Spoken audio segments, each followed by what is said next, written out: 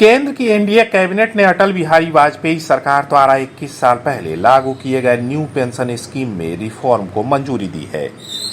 इसके समानांतर केंद्र ने यूनिफाइड पेंशन स्कीम यानी कि यूपीएस लाने का ऐलान किया है।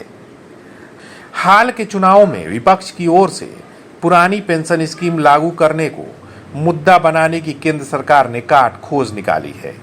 केंद्र सरकार के 23 लाख कर्मचारियों के लिए सरकार ने यूनिफाइड पेंशन स्कीम यानी यूपीएस लागू करने का फैसला किया है, जो मौजूदा एनपीएस के साथ ही लागू रहेगा।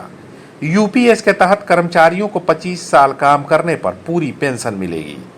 फार्मूला यह है कि अगर कर्मचारी ने 25 वर्षों की सेवा दी है तो उसके अंतिम कार्यवर्ष के 12 महीनों के औसत मूल वेतन की 50% राशि बतौर पेंशन दी जाएगी। अगर सेवा काल 10 से 25 वर्षों का है तो पेंशन की राशि समानुपातिक आवंटन के आधार पर तय होगी। यूपीएस में सुनिश्चित पेंशन, परिवार को पेंशन, सुनिश्चित न्यूनतम पेंशन, पेंशन की राशि की महंगाई दर के साथ जोड़ने और सेवानिवृत्ति के समय ग्रेजुइटी के अलावा भी एक सुनिश्चित राशि के भुगतान की व्यवस्था की गई है। एक तरह से यह पुरानी पेंशन स्कीम की तरह ही होगी, लेकिन अंतर सिर्फ इतना होगा कि ओपीएस में जहां कर्मचारियों को योगदान नहीं देना होता था, यूपीएस में नई पेंशन स्कीम की तर्ज पर ही 10% योगदान देना होगा। यूपीएस के लिए कर्मचारियों को कोई भी अतिरिक्त योगदान देना नहीं होगा, जबकि केंद्र सरकार की तरफ से पेंशन फंड में योगदान मौजूदा 14% से बढ़ाकर 18.5% कर दिया गया है। यह साल दर साल महंगाई दर आदि के कारण बढ़ता रहेगा। इससे केंद्र पर वर्ष 2025-26 के दौरान ही 6250 करोड़ रुपए का अतिरिक्त बोझ पड़ेगा। चुनावी माहौल में इसे सरकार की ओर से बड़ा राजनीतिक दांव माना जा रहा है। पीएम नरेंद्र मोदी की अध्यक्षता में कैबिनेट की बैठक हुई, जिसमें यूनिफाइड पेंशन स्कीम के बारे में फैसला किया गया।